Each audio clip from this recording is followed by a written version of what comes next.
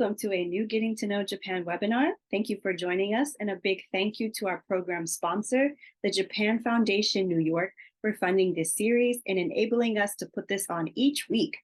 Today, we are joined by Professor William Fleming, who will be presenting on the culture of Edo. Professor William Fleming is Associate Professor of East Asian Languages and Cultural Studies at the University of California, Santa Barbara. His recent book examines the importation, circulation, reading, and adaptation of Chinese fiction in Japan in the Edo period.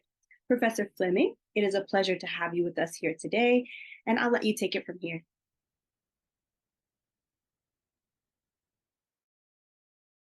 Thanks, Amani, and thank you, and thank Jeff. My thanks to Jeff for inviting me, and thanks to all of you for showing up today. So I was invited to talk about the culture of Edo. So let me just try to share my screen here. We just tested this a second ago, so it should work. And let me get full screen here. Okay. So, this is something that I teach entire courses on over the course of an entire quarter or semester. So it's really only possible to sort of scratch the surface today. And so I thought, we could kind of dip our toes into the water. And but in the interest of time, I'm really going to focus, as I wrote in the description to the webinar, on two areas in particular. These are two especially famous cultural products of the Edo period, which are the kabuki theater, excuse me, and woodblock print. Of course, even limiting the scope to just those two things, it's still there's still only a tiny bit that I can say in 30 or 40 minutes. But I've tried to boil down the material as best I can, and I'll try to give you a few takeaways for each of these areas. So before getting into the material, I thought we could take a moment to sort of orient ourselves in history. And the first thing is this term Edo period. Roughly speaking, this is the period from 1600 to 1868 in Japan. It takes its name from the city that was Japan's administrative capital at the time, the city of Edo, what's now known as the city of Tokyo, of course. The year 1600 that we see here comes from the Battle of Sekigahara, this great battle in which a warlord named Tokugawa Ieyasu assumed control over his rivals and took control over Japan. It's a nice round number, 1600, so it's often used as the starting point for the Edo period. Sometimes you'll see 1603 instead. This is actually the year that Tokugawa Ieyasu moved the capital of Japan to Edo. It was the year that Edo was founded. This shifted the center of gravity of Japan far to the east. It moved power away from the traditional seats of power in Western Japan. 1603 is also the year that Ieyasu assumed the title of shogun. So this is this title that you probably all know, means something like great general or grand general. And so 1603 is also the starting point for government by shoguns, the founding of the Tokugawa shogunate. And it's in this year that Ieyasu begins to put in place all of these systems and institutions that solidified control over Japan. And that would eventually put in place the kind of implements for maintaining one of the great periods of peace in world history. This is more than 250 years of peace that make up the Edo period. So another term that we often see here on the chronology for this period is the Tokugawa period, after the ruling clan, the Tokugawa shoguns. Which one is used kind of depends on what your perspective is. Often historians or economists or people from social sciences and those types of things use Tokugawa. They're emphasizing the political rulers of the country at the time. People like me who work on literature, or art historians, or people who are interested in culture, they tend to use Edo after the city that was the center of a lot of the cultural production in this time. So one of the things that comes out in this chronology, I hope, is the relative recentness of the Edo period, right? It's at the very bottom, or almost the very bottom of my chronology here. The city was essentially created from scratch in the 1600s. This is about the same time that early European settlement was taking place in what's now the United States. So roughly the same time that cities like Boston, New York, Philadelphia were being founded. So with that in mind, it's sometimes it's kind of funny to see Tokyo sometimes referred to as an ancient city, like we do on this otherwise great book by Edward Seidensticker. We would never call Boston or New York ancient cities. I think we would laugh at that. But I think probably to impart some kind of sense of mystique or importance, we sometimes see this used in reference to something like Edo. But my point is, Edo is not an ancient city. It's not an ancient capital. It's actually quite the opposite, right? It was a very new city. The people of Edo were proud of the city's youth, of its kind of newness and youthful vigor, and they developed a culture that stood in contrast to the highbrow, elite, courtly culture of Kyoto and Western Japan, which, if you look at this chronology, a lot of these earlier periods were centered in Western Japan.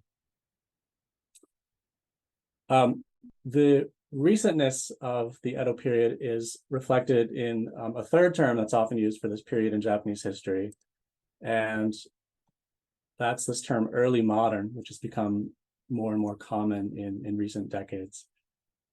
So, when I teach Edo Japan or early modern Japan to my undergraduates, I often have them spend a few minutes, like at the beginning, maybe in the first class, brainstorming what exactly we mean when we talk about modern. We use the word modern, what it is that distinguishes traditional society or classical society or the pre-modern world from the modern world. And usually, without a lot of prompting, they come up with a list that includes a lot of the things that I have in mind, a lot of things that we see in their early form in the Edo period. This includes urbanization, so people gathering in cities, the growth of cities. It includes the emergence of a national identity and systems that held Japan together as a whole, that united the different regions of Japan.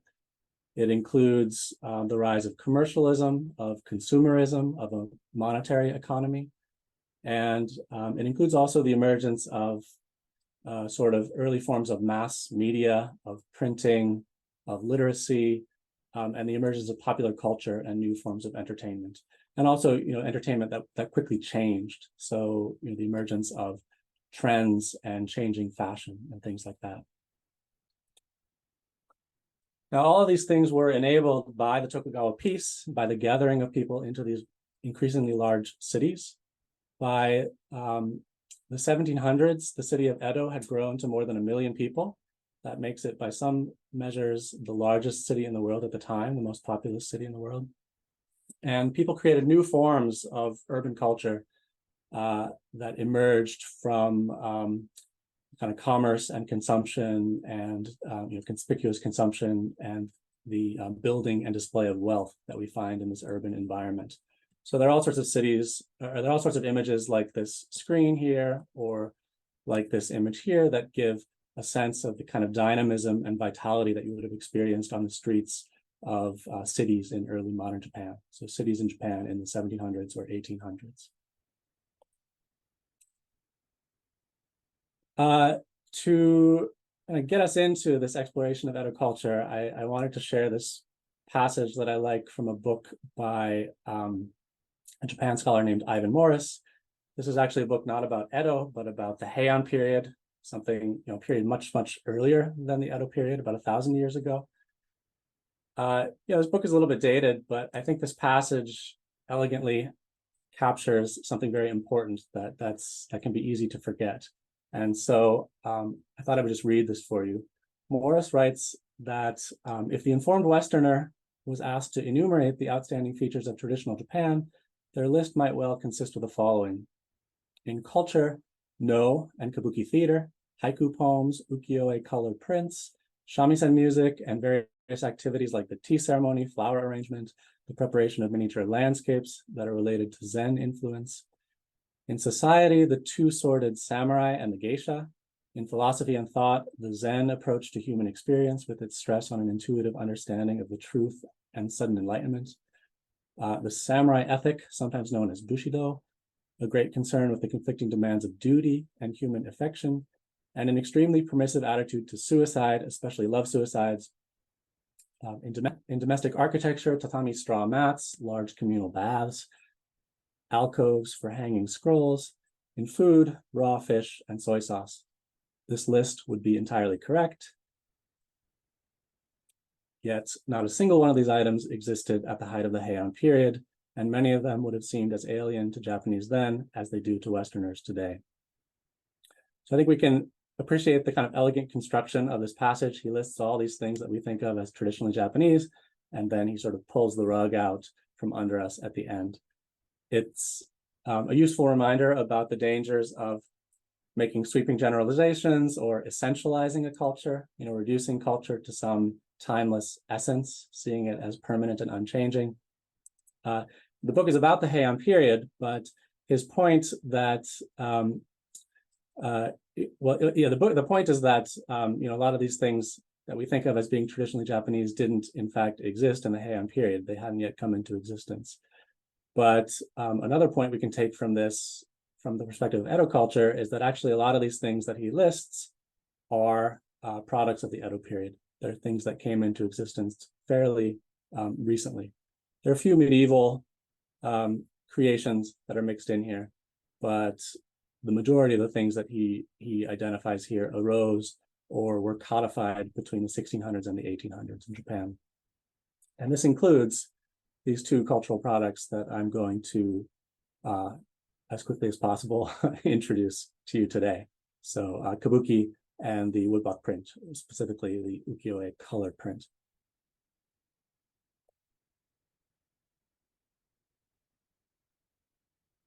So this image here is a segment of a set of two folding screens that show the city of Kyoto in the early 1600s. Just to give a sense of scale, this section here is about 8 feet wide. So in pretty considerable detail, it shows some of the new developments that were taking place in Kyoto as the city reemerged and reinvented itself after more than a century of warfare. If we zoom in, we can see various new entertainments and art forms emerging. We see stages for theatrical performances like we do here in the middle. These are two theaters where puppet performances are taking place. And elsewhere on the screen, we see an outdoor stage with a performance with live actors. And here we have the label in Japanese that reads kabuki.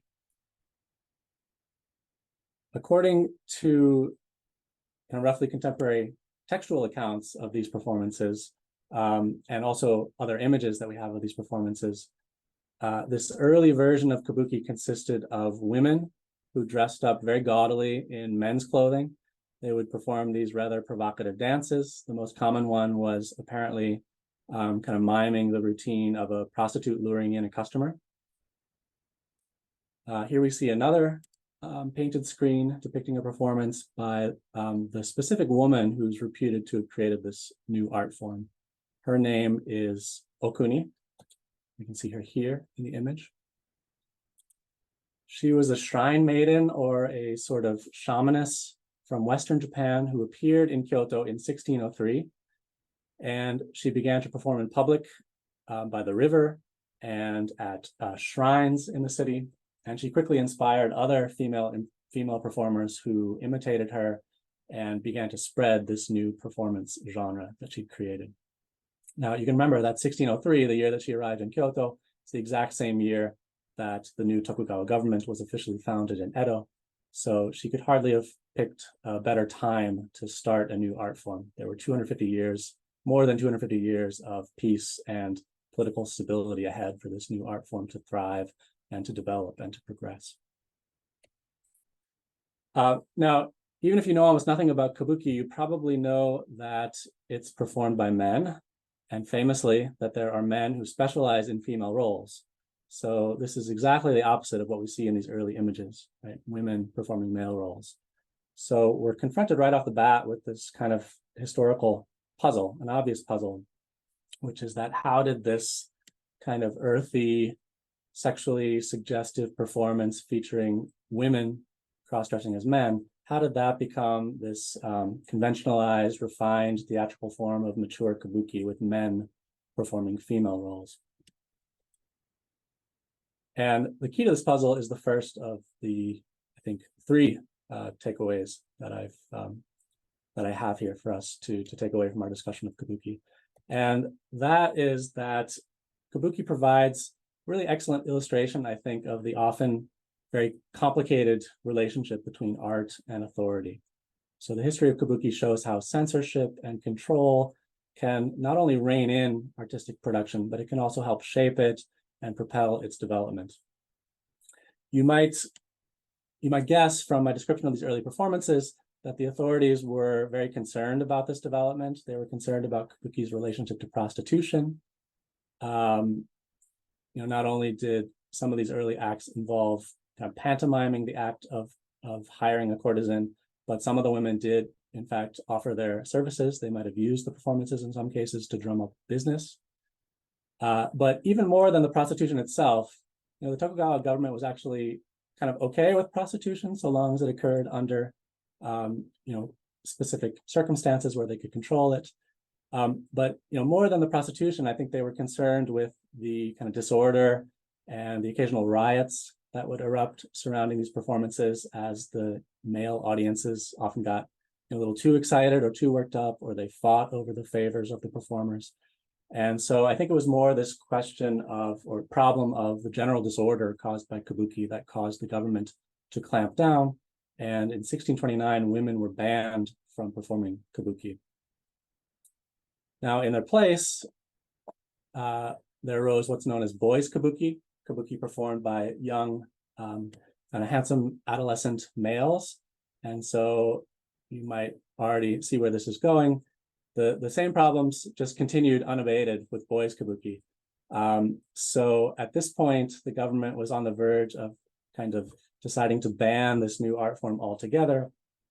But they did also recognize the value of entertainment as a sort of opiate of the masses. Right? They were okay with entertainment so long as it didn't go too far.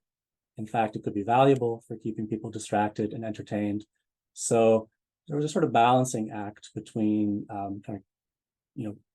controlling it, but not eliminating it or clamping down on it altogether. The government would allow people to have their entertainment so long as they didn't take things too far. And so as part of this compromise or kind of negotiations between the public and the government, it was decided that kabuki could only be performed by adult male actors, including the female roles.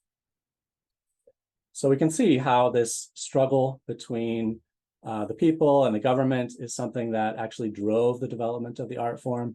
It drove the abstraction of the art form, giving us, in fact, one of the most recognizable forms, one of the most recognizable practices in kabuki, which is the female impersonator. There are other examples of the way in which censorship channeled and drove the development of the art form in unexpected ways. One instance I like is an incident that took place, I think it's in 1701, sometime around the turn of the 1700s.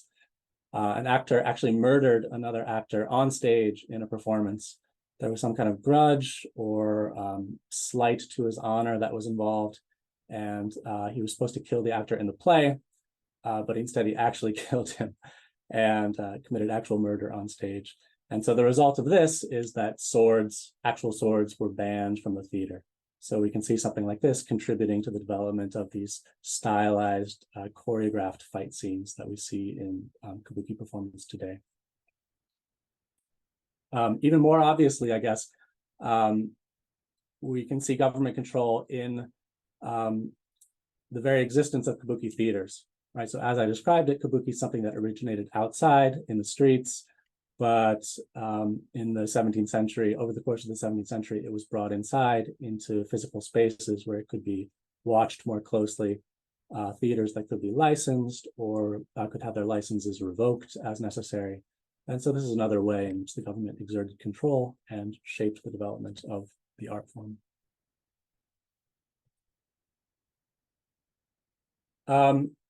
This kind of abstraction that resulted from government control, from this interaction between kabuki and authority, between artistic expression and censorship. This leads to my second point, my second takeaway, which concerns the way that kabuki combines the familiar and the unfamiliar. So there are lots of things that will seem strange the first time you see kabuki if you haven't already seen a performance before. The female specialists is maybe just the most obvious and famous element. There are lots of other things that jump out as well. The actors move around in a very stylized, exaggerated manner. They wear these elaborate costumes and have very dramatic makeup that covers their entire face, like we can see in this still shot here. From time to time, they cut and or strike and hold these poses for dramatic effect. So this image here is from a play that was very popular in the city of Edo specifically. After kabuki spread from Kyoto to Edo, it developed new practices that came to reflect the kind of particular sensibilities of the city of Edo, this new, young, overwhelmingly male city. Edo in the 17th century still had the vibe of a rough frontier town. It was a new city, and Edo audiences enjoyed a type of performance known as the rough style or aragoto, which relies very heavily on kind of bravado and swagger and kind of macho sensibility. It's seen to most striking effect in plays about great warriors or samurai heroes or powerful gods, these types of characters. This was all material that was very, very popular in the city of Edo. It's kind of hard to pick a single clip that encapsulates this style, but aside from these scenes where actors stomp around and cut poses like we see in the still here, one place where where actors get to show off their aragoto swagger is in dramatic entrances and exits. So I prepared a short clip here that this is a scene of a god Narukami, and in this scene he's storming off stage after disarming a group of opponents. So this just gives a very quick flavor of the rough style. I hope this works. そして鳴神という芝居の荒れ狂う鳴神商人の六法。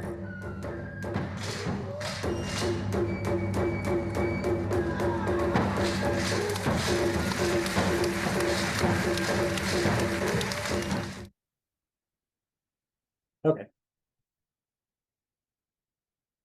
So kabuki is strange, at least on the surface. At the same time, if we cut through this surface, there's a lot that's familiar. There's a lot that allows us to approach it more easily and to get immersed in the theatrical world. And part of this has to do with the origins of the theater that I described. If we compare it with something like No theater, which is the theater that developed for the warrior elite in this much more rarefied class of society, kabuki was something that originated among the masses. It was something for the common people. As I described, it arose literally on the streets of Kyoto. And even after it was brought inside theaters, we still have this very lively atmosphere. Performances were very rowdy. You'd have audience members eating, cheering their favorite actors or jeering them, talking to each other, shouting, in general being very kind of participatory, not always watching what's going on stage. And going along with this, we have subject matter and language that are a lot more accessible and relatable than something like the No theater. Many of the plays depict the lives of ordinary people, as they deal with familiar situations, familiar problems, and experience familiar emotions, things like debt and ambition and love and jealousy.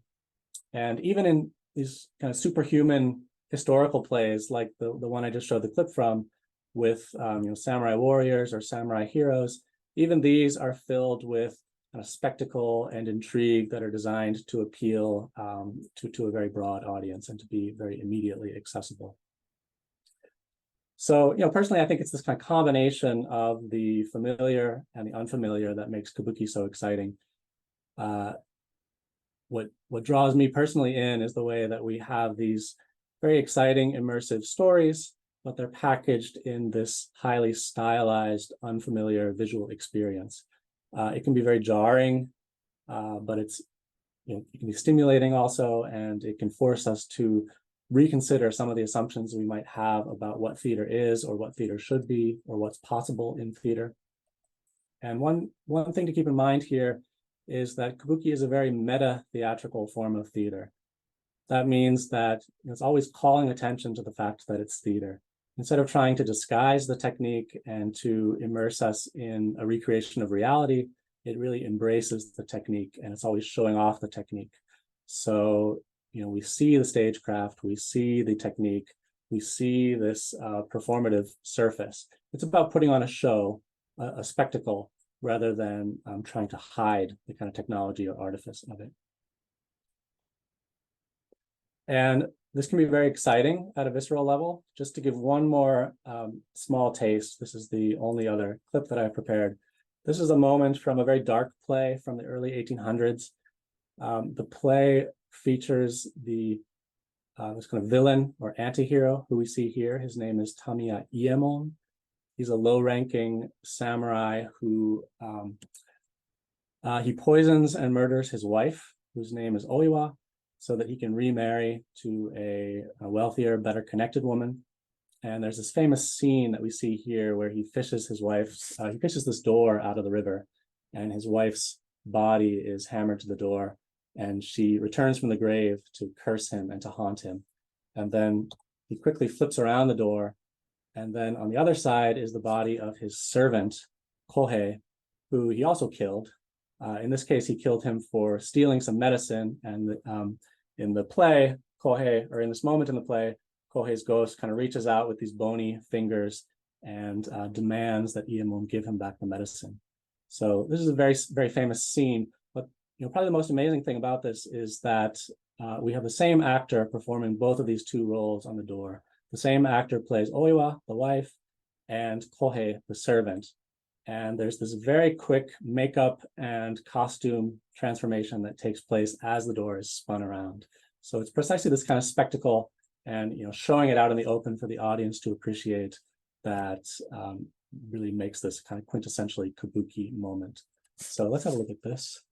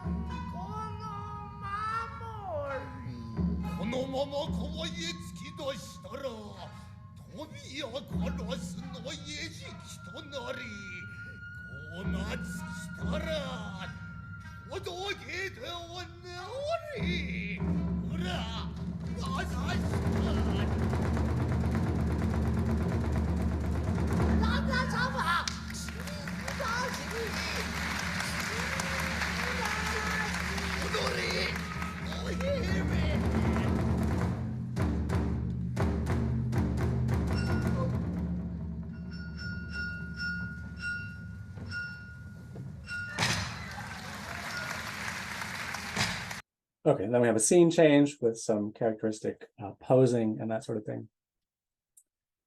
So the last of my three kabuki takeaways is really just to bear in mind that kabuki is something that maybe seems to exist very far apart from everyday life in Japan nowadays. If you go and see it, you're likely to experience it in this somewhat somber, maybe museum-like atmosphere at the National Theater or the Kabukiza in Tokyo. But this is really far from what it once was, what it was in the Edo period. In the Edo period, kabuki was really the beating heart of popular culture, of popular entertainment. It was something accessible that was beloved by the masses. Its performances took place with this very lively, exciting, participatory atmosphere. Not just in Edo, but in all the major cities. And by the end of the period, it had spread to the far corners of Japan. You would have amateur productions at little village festivals. So it's really something that took the whole country by storm, and it was the popular culture of the period. I think in that sense, it's analogous maybe to television or Hollywood films, at least. Well, maybe we're already past that day in the US, but at least, if you think about the role and status of television or Hollywood at the end of the 20th century, there's something like that with kabuki in the Edo period. There's also a similar kind of celebrity culture that came along with it. The actors were stars with these very devoted, sometimes cultish followings. People would fight over items that they had touched. They would keep impressions of their makeup from performances. They would impersonate their speech and mannerisms and quote them in conversation, quote them for fun. Amateur productions were put on all across Japan where people would try to act or perform in the style of their favorite actors. And people collected images. They collected all of these printed images and likenesses of actors and of plays and performances in enormous quantities. And so that brings me to the second topic, which is these images. I've obviously already showed you a lot of these images of actors. These were objects that people would plaster on the wall or on pillars in their at home, or you would find them at tea houses or restaurants or brothels. They basically turned actors into these kind of unavoidable, omnipresent celebrities. And these images of actors are part of a body of images known as ukiyo-e, which literally means pictures of or from the floating world. These include some of the most iconic images in Japanese art, images by artists who are still famous today, like Hokusai, Hiroshige, Kuniyoshi. There are other names that you might recognize as well.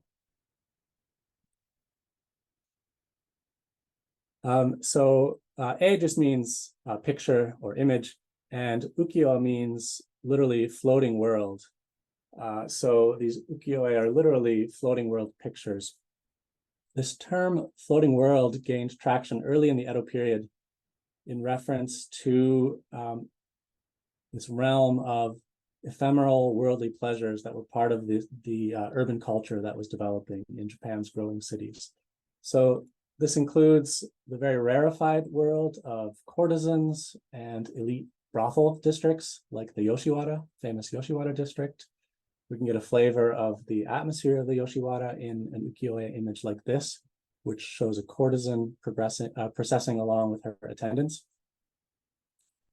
And floating world also refers to more accessible entertainments like the popular theater, above all to kabuki, like we see in actor prints, the images from plays that I've been showing. This image here is from, it's a scene from a 19th century play where a warrior is looking out over his garden and he suddenly imagines, or in his head, the snowy landscape suddenly transforms into the skulls and bones of all the victims that he's killed in battle. So, this isn't a play that's still performed, but presumably there was some kind of stagecraft or trickery, and this transformation would take place and be performed on stage. The word ukiyo-e is sometimes used in reference to paintings and other individually produced images, but often it's used to refer specifically to images produced using the technology of woodblock printing. However lavish and spectacular some of these images look with their many colors and different pigments, and the technology that produced them grew very, very sophisticated over time, they were still things that were mass produced. So printing could allow hundreds of copies of these images of a single image to be distributed. And through this, it was something that brought art to the masses. So this is a major factor in the manufacture of celebrity, of actor celebrity. It's an important factor in the pervasive reach of the kabuki theater. Because, however many people saw an actor in actual performance, there were, hundreds more who were familiar with them through their image, through this image that was propagated through print. Let me talk a little bit about the history of woodblock printing in Japan. There's actually a long history of woodblock printing before the Edo period, but basically before the Edo period, printing was reserved for religious texts, for Buddhist sutras and that sort of thing. And it's only at the very end of the 1500s, right around the year 1600, that this begins to change. In the 1590s, the warlord Toyotomi Hideyoshi, launched these invasions of Korea, and he brought back movable type from Korea as part of the kind of loot that they raided from Korea. Around the same time, there was also movable type that was being brought by Jesuit missionaries to Japan from Europe. And so there's this brief period where we have a boom in experimentation with movable type, like is used nowadays. In the early 1600s, Tokugawa Ieyasu used movable type to print selections of important texts, of Confucian texts and military classics and books about government, that sort of thing. And in the city of Kyoto, there was a court artist who had a very wealthy patron who sponsored these luxury editions of classical Japanese literature. So that's what we see in this image here. This is an edition of the Tales of Ise, the famous classical text that was produced using movable type. So each of these letters here, or characters, or chunks of 2 characters, is produced by a single block of type, of movable type. So there's this brief period where there's experimentation with movable type, but after this, movable type recedes and it gives way again to woodblock printing. This is something that maybe seems like a step backwards from the Western perspective. We have this view of maybe a progression from woodblock cutting and woodblock printing to movable type, the Gutenberg Bible, all that sort of thing. But in fact, for Japanese texts, there are lots of ways in which movable type was a pretty poor technology and woodblock print was preferable. You can think of the sheer number of characters that are involved in Japanese, and then you have to square that if you're going to create, ligatures of 2 characters like we have here. So there's just an enormous number of pieces of type that you would need. It's very complicated to combine the characters. And, Japanese had a taste for calligraphy, right, for this cursive style where the characters all flow together. Japanese literature likes to combine text and images. These are all things that present considerable challenges if you're using movable type, but are not actually that hard with woodblock printing. So just for comparison, here's a later woodblock printed edition of Tales of Ise, showing the exact same scene. And you can see that the handwriting, the calligraphy is much more elegantly and easily reproduced here. It flows together, it overlaps. You have multiple characters combined in one. You have text actually in the image itself here. You have the Mount Fuji is labeled in the text here. So, so long as the labor and the materials were cheap, which they were for most of the Edo period, woodblock printing was preferable to movable type. So in the early 17th century, commercial publishing houses sprout up in Japan's cities. And by the second half of the 1600s, you could find all sorts of books for sale in Japan's major cities. So not just classical Japanese literature like this, but Chinese texts, medical treatises, calendars and dictionaries, new fiction, contemporary fiction about the present day world, poetry, guidebooks, materials related to the theater, all sorts of things were available for purchase by the 1660s or so, in the second half of the 17th century. And with the growth of this publishing industry, we have new literary genres that came into existence. Here's a scene that's just fun to share because this is actually a book that was discovered by Western readers in the late 1800s and immediately reminded them of Jonathan Swift's Gulliver's Travels. You can see the small traveler on the table here. This is like the Brobdingnag section of Gulliver's Travels. And the kind of rising commercialization of literary production meant that publication was something that was undertaken with an expectation of profit, with a concern for marketability. Artists and authors began to be paid for their work. And so we have an increasing concern with audience appeal, with creating works that are going to sell well. So we have literature coming into existence that really speaks to the concerns and interests of commoners, of urban commoners. We see the birth of professional writers, people who are able to sustain themselves by writing, to make a living writing. And we see an ever expanding, ever growing, and more engaged reading public.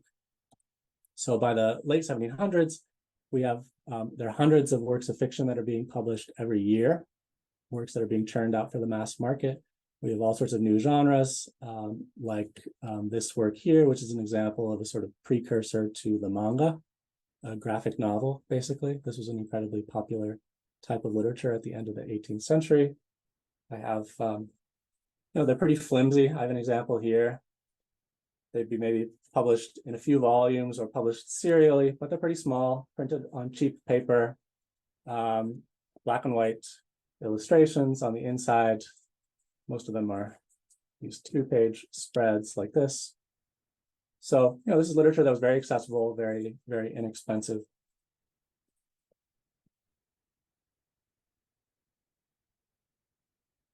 This same process of commercialization of literature also drove the development of artistic prints.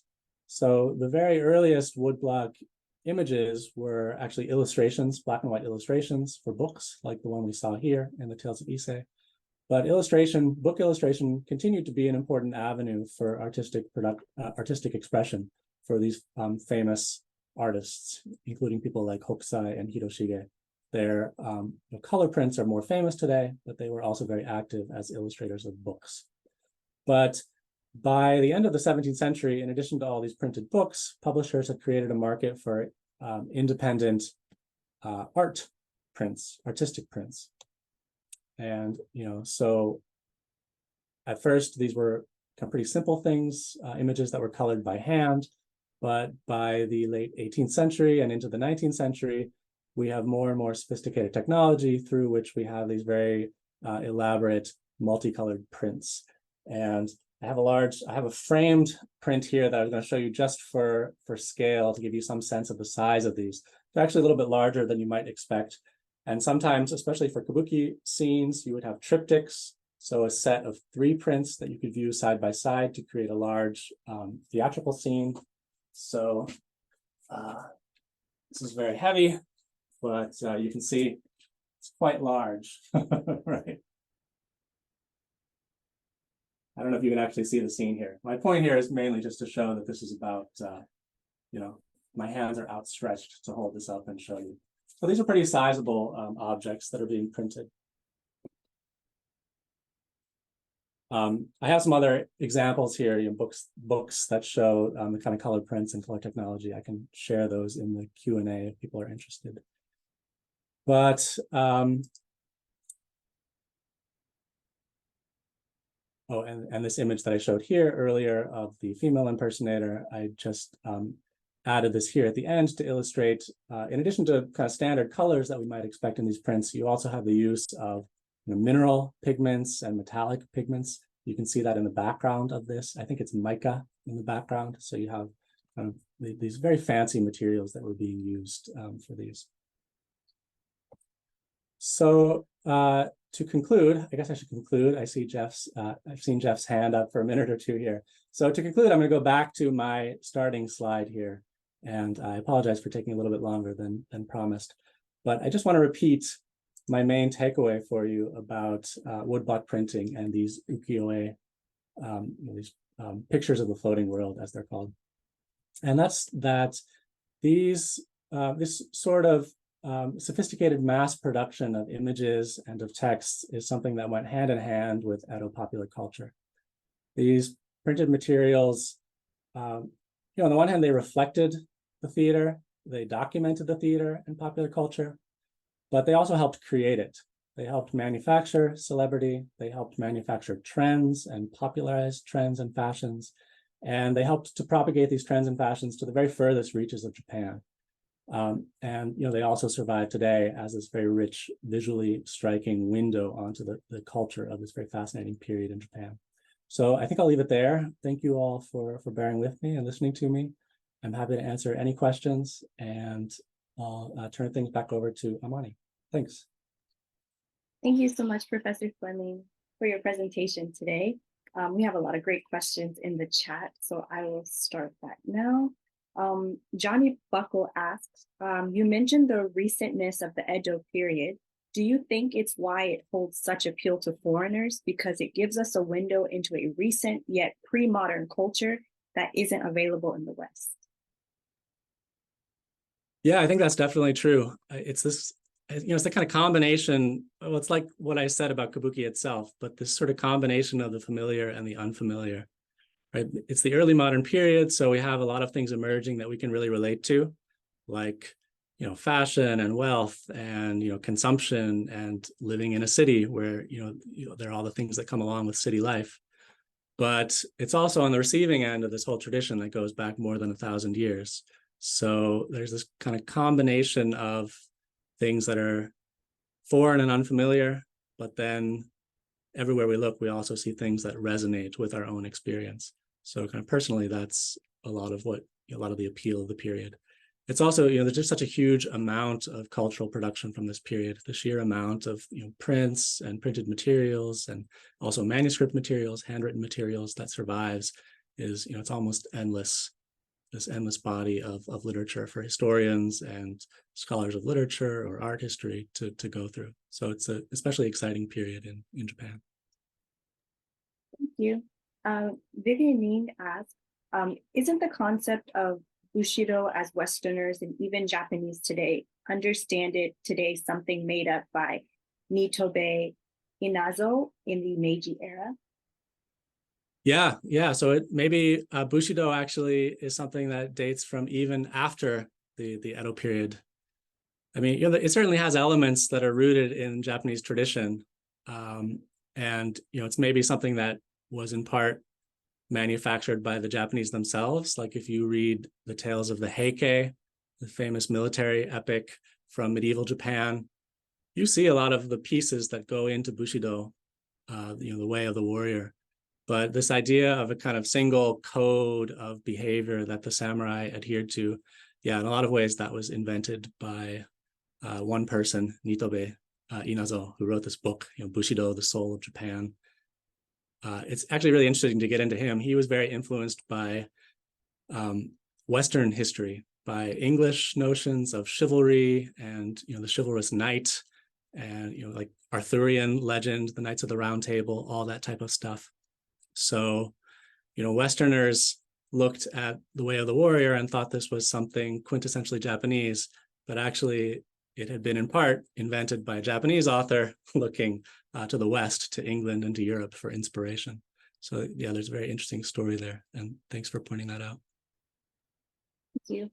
Browen Davis asked, how has the affordability of kabuki changed over time? I guess, in the Edo period, apparently it was maybe more expensive to go than people think it was, but there were cheap seats that were available. Today, you can still, you can go stand, or at least you used to be able to stand for an act or just to catch a part of the play in the balcony. I don't know, lots of things came to an end during the pandemic, so I don't know if they still do that or not. But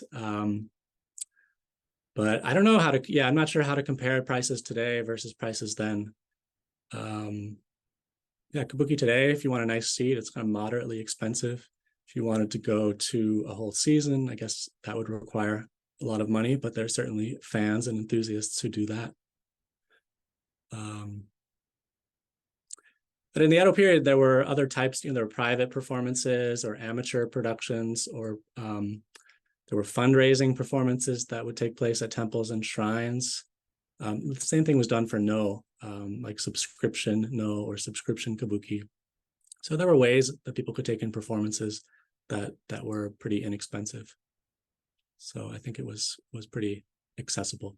But like I said, you probably encountered images of actors or stories about actors more often than you actually went to a performance. I guess it's like, I don't know, Taylor Swift or something like that. I feel like I've never actually been to a concert, but I know that I've read hundreds of articles about, or seen posts about concerts. So it's sort of analogous to that. So you mentioned that it's possible to have like season tickets for kabuki. I'm not actually sure. I know there are people that try to go to all the performances. I don't know if they sell. I've only ever bought individual tickets, so I don't know. That's beyond my financial means. It's like Dodgers season tickets or something like that. But I assume that they offer something like that. Thank you so much. So Peggy Konda asked, do you think that the ability of the performers, shamans, pilgrims to travel rather unrestricted was also viewed as a threat to authority, disregarding the discomfort with like kabuki by the governing authority? Yeah, that's interesting. There are accounts of regional authorities clamping down on kabuki, especially as it spread to the provinces and you had people putting on amateur productions or you had traveling troops. There are scholars that have researched the local laws and edicts that were issued trying to shut this down. But again, I think the authorities recognized that the value. Well, they didn't. Some people were really against it, right? They thought kabuki was just distracting people from, especially when it got to the provinces. They thought, oh, this is a distraction from farming. There are all sorts of funny accounts. I forget exactly what this one Confucian scholar wrote, but he wrote something like, when a farmer goes to one day of kabuki, he's rendered useless for like 10 days after that. And if he goes to if he goes to more than a day, then he turns into a complete idiot. I don't know, something like that, just describing the negative effects of kabuki and distracting people and maybe giving them aspirations of a culture beyond the one that they were supposed to embrace. But they also recognized the value of entertainment. Kabuki could be useful for the local economy, right? Bringing in tourists and people from neighboring regions, or it could raise money for repairs at temples and shrines. So there was value that way. So there's also this kind of balancing act with the local governments between wanting to clamp down, but recognizing the value. And that's exactly what we see with the shogunal government itself. They had a chance to, for a brief moment, they banned it outright, but then they realized that was a mistake.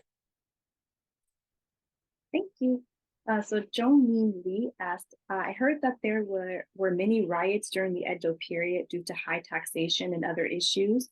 Was the Edo period good for peasants to live in?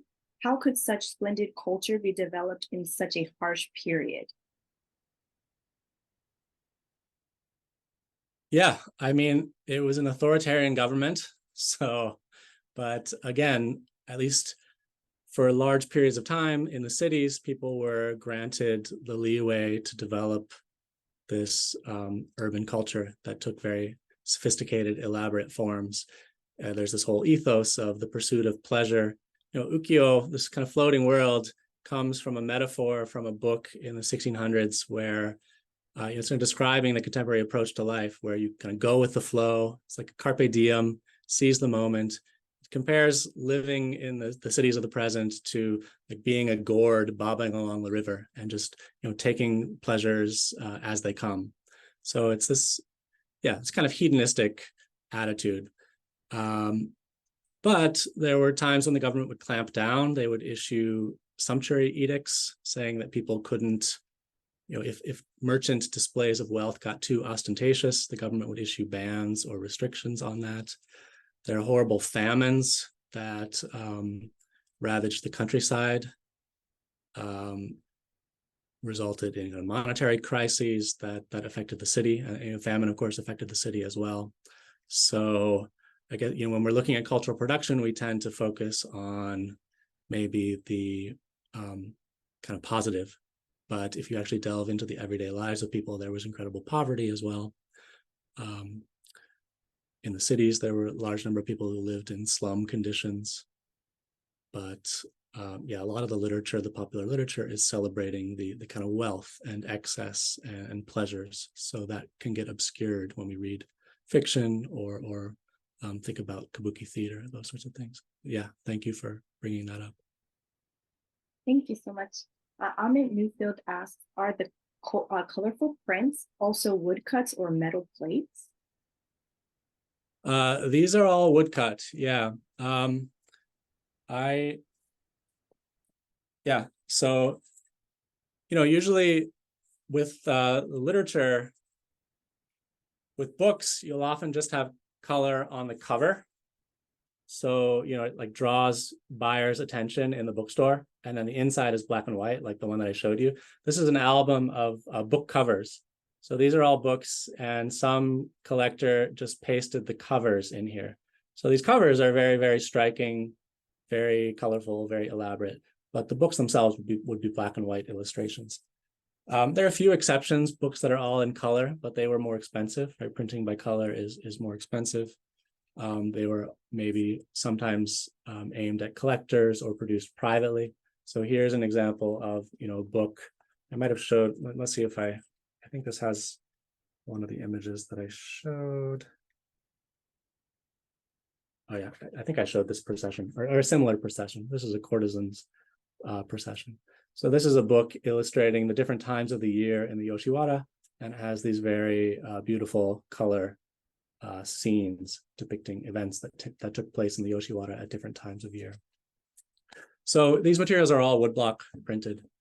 There's a little bit of copper plate. Copper plate technology is introduced in Japan in the Edo period by the Dutch,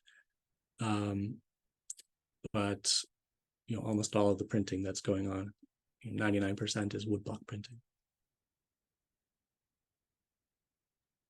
Thank you so much.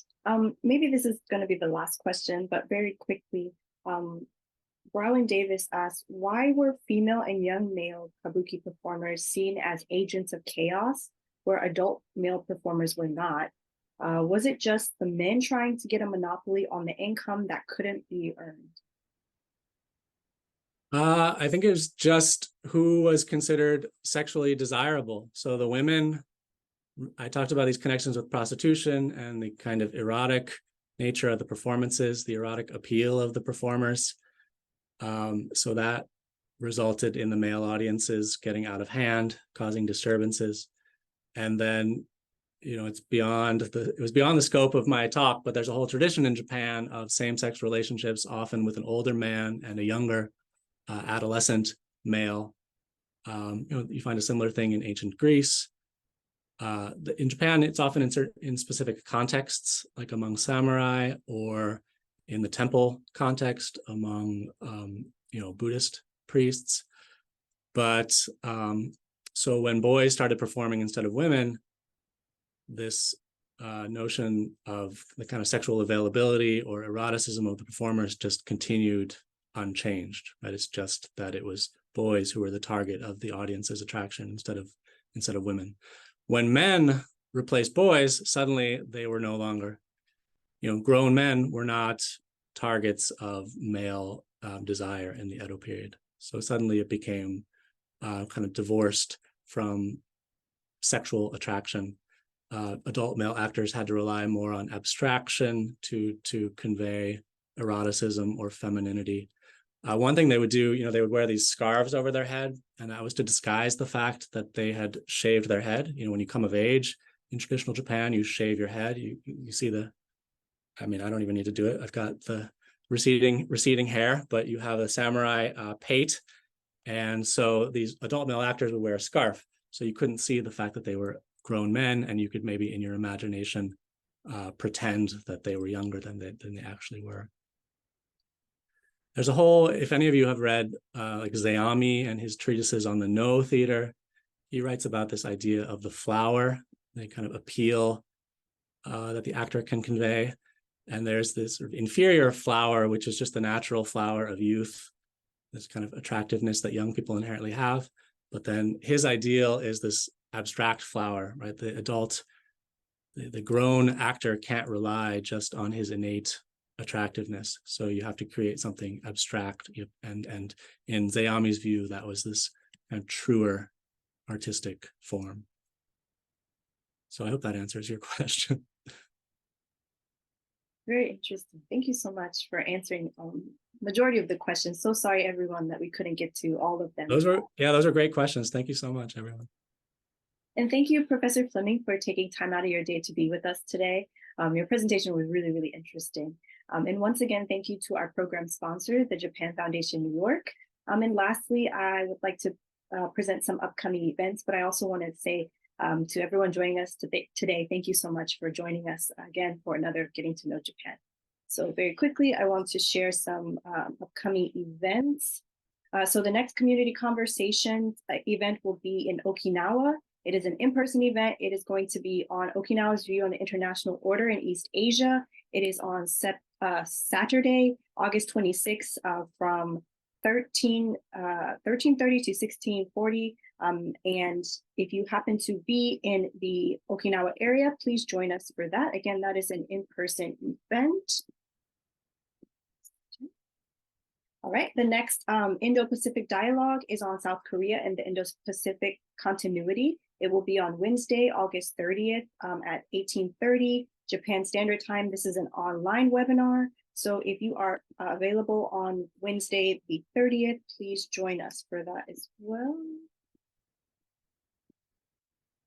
The next Getting to Know Japan webinar is going to be on Japan Southeast Asia Relations. It is on Thursday, August 31st at 1900. Again, this is an online webinar. As usual, if you are interested in this webinar, please join us for that. This will be online on Zoom.